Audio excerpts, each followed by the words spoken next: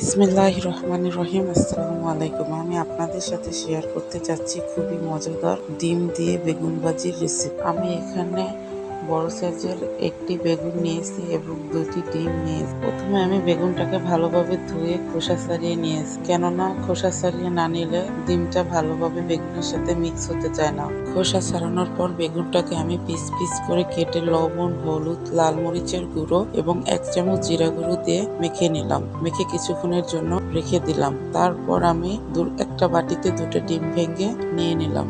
ডিমের মিশ্রণটিতে লবণ পরিমাণ মতো দিয়ে বেগুনের পিসগুলো ডুবো ডুবো করে তারপর তেলে আমি ভেজে নেব। চুলার আঁচ মিডিয়ামে রেখে হাই হিটে ভাজতে যাবেন না, তাহলে বেগুনগুলো ভেতর থেকে কাঁচা রয়ে যাবে। সব বেগুনের পিসগুলো আমি কড়াইতে দিয়ে তারপর ঢাকা দিয়ে ভেজে নেব প্রপারলি সিদ্ধ হওয়া না পর্যন্ত। 5 মিনিট পর আমি ঢাকনাটি খুলে উল্টে পাল্টে দেব বেগুনগুলো। দুপাশেই ভালোভাবে বেগুনগুলোকে আমি ভেজে নেব।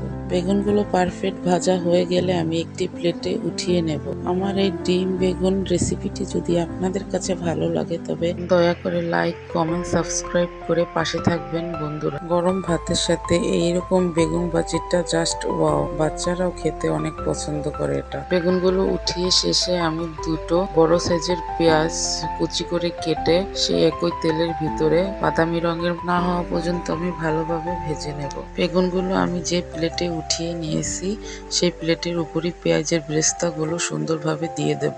সবাই ভালো থাকবেন। আজকের মতো এতটুকুই। আল্লাহ হাফেজ।